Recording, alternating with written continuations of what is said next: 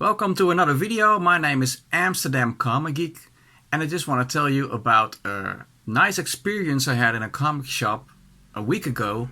I went to Strips & Zo in Alkmaar, which is a town about 30 minutes from Amsterdam, and I bought some comics there, which was interesting because most of the stuff they had in the store were European albums, where they had this box of comics. Some of them were Dutch translations by Junior Press, but he also had some American comics, particularly Batman. So I bought a couple of Batman comics and I just want to show you those comics.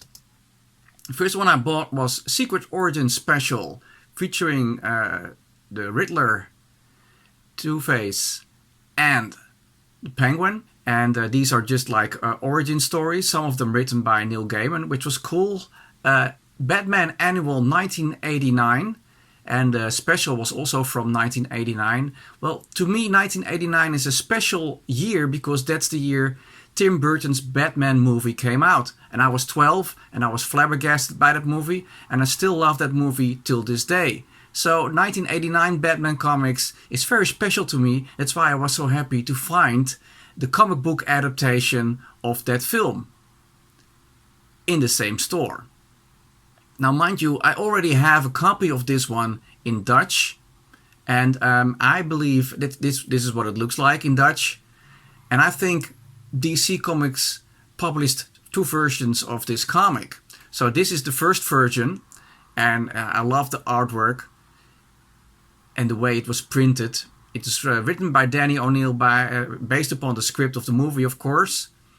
And I really like Jerry Ordway's art style in this comic. It really looks spectacular. It really looks great.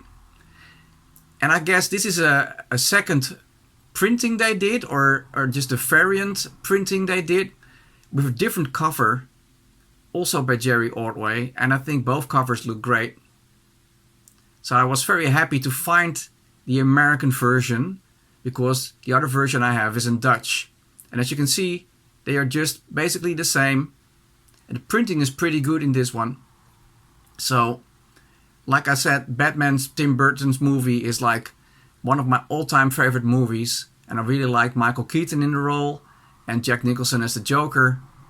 And back in the day, it was quite an event. So I'm very happy to have these two copies of that story.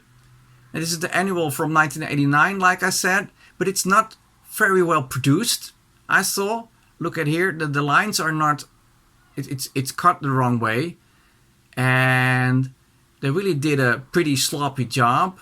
And if you compare the printing of this comic to the comic I just showed you, the Batman movie adaptation, the printing is kind of pulpy in this one, which was kind of standard, I suppose, back in the day when it came to comic books. It's printed on, cheap paper, and that has its own atmosphere.